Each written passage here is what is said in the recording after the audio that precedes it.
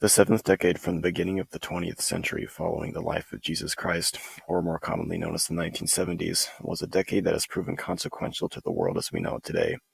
Granted, it may be illogical to focus solely on an arbitrary time frame defined by numerous unrelated factors, but this decade does happen to contain many things such as fads, leisure, politics, technology, and medicine, that the effects of which reach even into our own time 40 years later.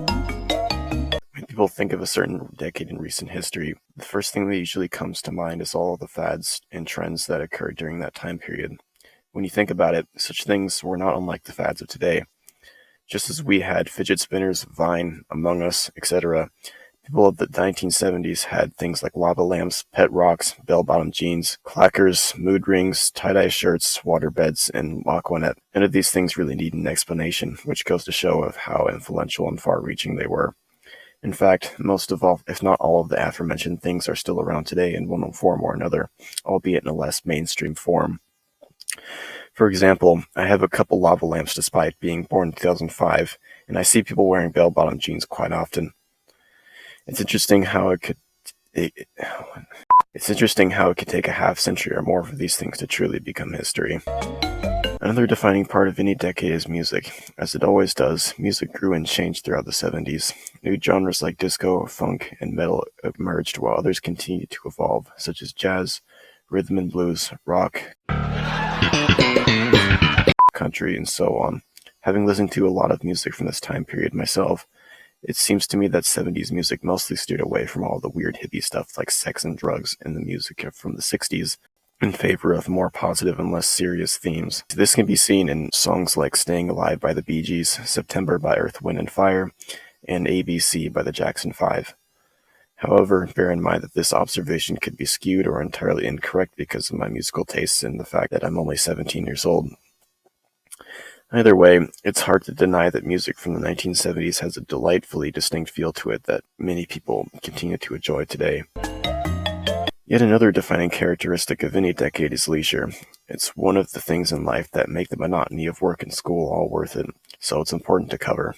On top of the stereotypical commonality of parents abandoning their children outside and leaving them to eat dirt and drink water from questionable sources, people of the 70s spent their time doing many of the same things people do today.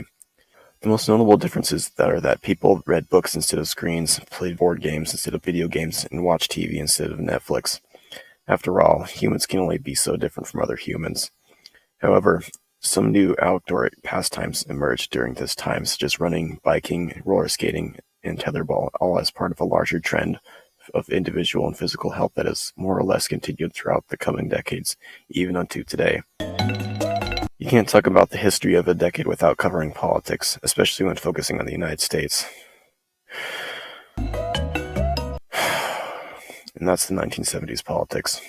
The 70s was a time of great technological advancement. Many of the precursors and first iterations of things that we take for granted today appeared during this time, such as floppy disks, which are essentially plastic squares that you can store about one document on, brick phones, portable music players, and Unix, which is a command line operating system and grandfather, if you will, to macOS and Linux. Big industries such as PCs, video games, and CGI also got started in this decade in the form of the Altair, Pong, and a 3D animation of a hand, respectively. The world would undoubtedly be a different place without these things. The last topic I'll be covering is medicine. It came a long way throughout the 20th century, going from drugging children and purposeful bleeding to MRI scans and other advanced medical treatments that we know today. In fact, the first MRI scans were made in the early 70s, with the first scan of a live human being made in 1977. Other advancements include CAT scans, the Heimlich maneuver, soft contact lenses, the cigarette ad ban, and the eradication of the smallpox virus.